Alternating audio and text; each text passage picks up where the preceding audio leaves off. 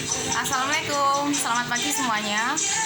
Saya Mutiara Darmawati Hartono di sini akan membuka presentasi pada pagi hari ini. Sebelum kita mulai presentasi pada pagi hari ini, marilah kita berdoa menurut agama dan kepercayaan masing-masing. Berdoa dimulai.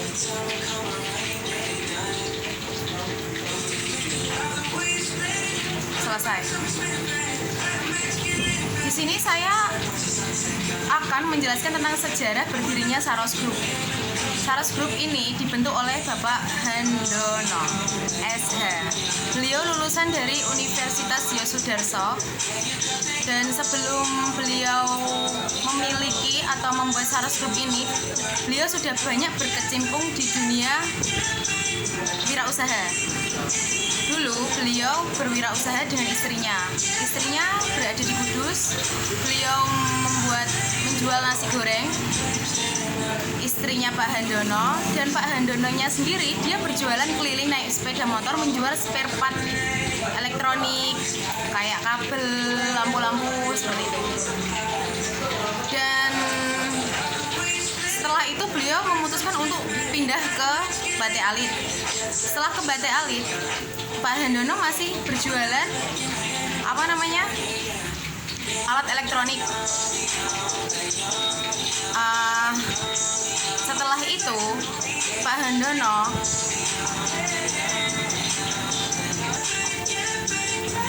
itu Pak Handono mulai memikirkan untuk bagaimana caranya memiliki pendapatan lain. Pak Handono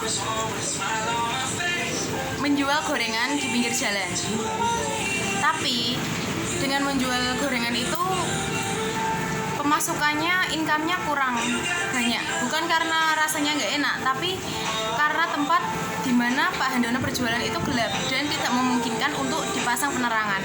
Jadi Pak Handono itu pernah berjualan nasi goreng, pernah berkeliling naik motor, berjualan alat-alat elektronik, dan berjualan gorengan. Setelah itu Pak Handono menyalonkan diri sebagai DPR karena relasi Pak Handono yang sangat banyak. Jadi alhamdulillah Pak Handono mudah dalam mendapatkan modal. Setelah Pak Handono mencalonkan diri di DPR, ternyata belum jadi, dan Pak Handono harus berpikir lebih untuk membayar semua cicilan yang ada, dan tentunya cicilan itu nggak kecil. Setelah itu Pak Handono dengan modal kepercayaan, dia diberi modal berupa uang oleh temannya, dan Pak Handono membuka usaha Saros Group yang sekarang udah hampir 4 atau 5. Karena kenapa Pak Handono memilih toko bangunan? Karena gini, sandang, pangan, papan. Lah, papan itu dibutuhkan di toko bangunan karena kita tentunya selain sandang sama pangan, kita tentunya membutuhkan rumah untuk kita tinggal, tempat kita berteduh. Itulah kenapa Pak Handono memilih usaha bangunan, karena setiap ada manusia hidup, pasti manusia itu perlu rumah. Dan ketika seseorang memerlukan rumah, pasti dia harus membeli bahan baku, materialnya itu semua ke toko bangunan. Oke, segitu aja ya penjelasan tentang sejarah berdirinya Saros Group. Untuk selanjutnya nanti akan dijelaskan oleh teman saya. Terima kasih, mohon maaf apabila ada salah-salah kata.